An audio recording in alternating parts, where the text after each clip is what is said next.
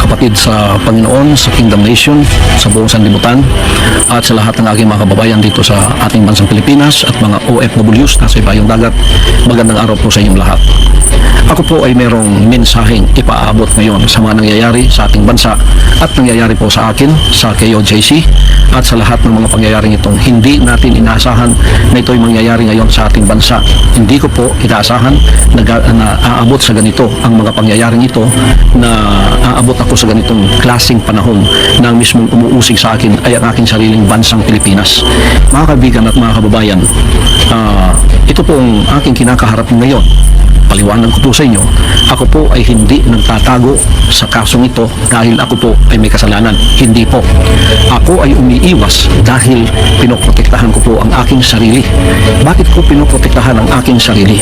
Sapagkat ang lahat po ng nangyayaring ito sa kasong ito, na napakasimple lamang po ng kasong ito. Simple case lang po ito, na 4 na taon nang nakabimbing dyan sa DOJ. Pagkatapos ngayon ay binuhay na naman nila. Pagkatapos ito ang ginagawa ngayon na sangkalan upang ako ay kanilang habulin. Mga kaibigan at mga kababayan, umiiwas po ako sa pangyayaring ito dahil hindi po katulad ang kasong ito ng kanila ni Congressman Tebes at ni General Bantag. Hindi po. Si General Bantag at si Tebes ang kumakalaban po sa kanila ngayon na tumahabol ay ang gobyerno lamang ng Pilipinas. Ang sa akin po ay complicated, sapagkat meron po akong ginawang kaso sa Amerika. Ang gumawa ng mga kasong ito ay yung po mga magnanakaw dito sa bansang kaharian na nung sila'y nahuli, lumayas at nag-iwan ng kaso kasi mga abogado po yung dalawa doon.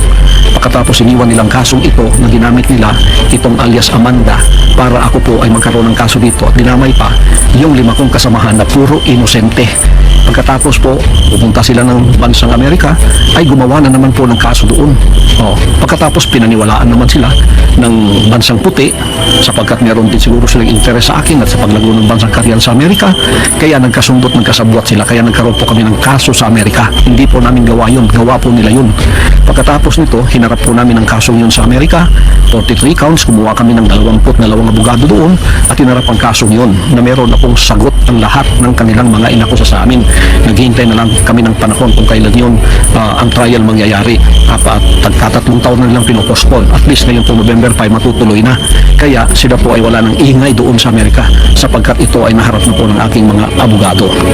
Ngayon, naging complicated po ang aking sitwasyon dito sa bansang Pilipinas mulang nanalo si Bongbong Marcos at naging presidente siya.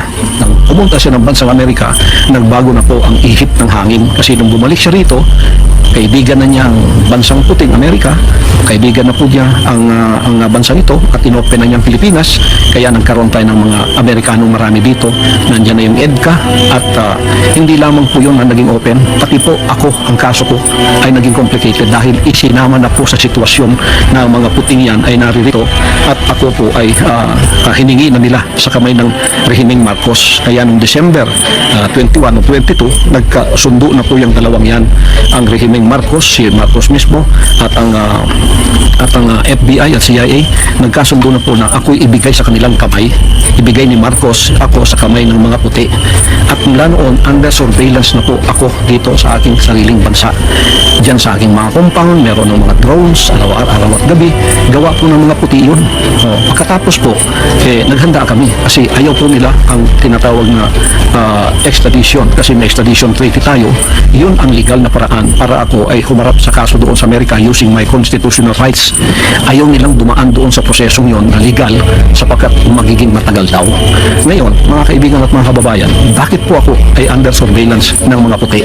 Kasi ang gusto po nila ay rendition, yung extraordinary rendition, maaaring kidnapping at maaari pong assassination. At mayroon pa po akong patong na $2 milyong sa ulo ko. Ibig sabihin 110 million pesos ang reward o ang award noong pwedeng humuli sa akin o kaya pwedeng gamitin para ako ay mapasakamay nila ng mga puting ito. Kaya naging complicated po ang kasong yan sapagkat nung nalaman naming extraordinary rendition ang kanilang gagawin na lulusubin kami na illegal sa aming mga compound, nakita po ninyo naghanda na kami.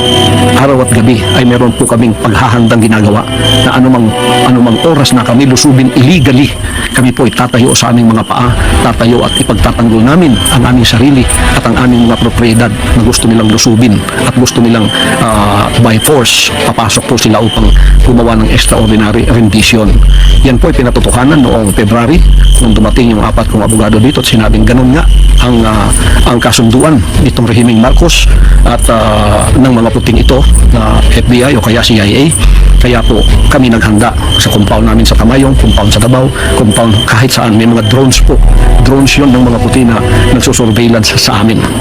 Nung nakita nilang kami handang-handa para harapin sila sa mga illegal na gagawin nila araw man o gabi, ang ginawa po mga kaibigan, pumasok itong playbook nila na noong pang November ay sinabi na ni Maharlika at ng ating VP na tatrabahuin nila ako, tatrabahuin nila ang kingdom at tatrabahuin nila ang SMNI, kukuhanin ng prangkisa at yung mga workers ko, active man o hindi, bibilhin po nila at gagawa sila ng mga kaso laban sa akin na puro kasinungalingan. Diyan na po pumasok ang Kongreso at ang Senado. Kongreso po walang dahilan, pinatatawag, pagkatapos ang kanilang playbook ginawa na kukunin o kaya iligwak ang prangkisa ng SMNI. Lahat po ng pangyayari doon, purumurumurun lang po yun. Pagkatapos ako, pilit nila akong pinaaten kahit nakita nila sa mga dokumento na hindi po ako kasali na sa mga opisyal ng SMNI. Pero pinipilit pa rin nilang ako ay pumunta doon. Bakit? Yun po ay patibong. Sapagkat pag anytime pumunta ka doon, siguradong ang endgame ay pupunta ka sa kamay ng mga puti. Extraordinary rendition pa rin. Kaya sa sarili ko ang lugar, gusto nila akong pasukin. Lalo na kung pupunta na ako doon. Iko-condemn ka, pagkatapos dadalhin ka doon sa kanilang presuhan, pagkatapos naghihintay na roon ng mga puti para ibigay ka sa kanilang kamay. Ganon din po dyan sa Senado. Bakit gumawa ng senaryo yan si Risa Contiveros? Nagbayad sila ng mga bayarang mga former worker ng mga sinungaling na mga witnesses. Nakita na po yan at nadamay sa kasinungalingan si VP Sara at ang ating Pangulong Duterte na puro kasinungalingan ang pinagsasabi nila. At pinipilit ako ni Risa Contiveros na umaten sa moro-moro at bogus ng mga hearing na yun. Bakit po? Isa ring patibong yun mga kaibigan at mga kababayan. Pagka ako'y umatin doon, siguradong ang endgame po ay babagsak ako sa kamay ng mga puti. Kaya hindi po ako nagtatago ng dahil sa ako'y may kasalanan o kaya ang aking mga kasamahan na kawawa naman. Tingnan niyo yung ginawa sa kanila o pinasuot ng orange.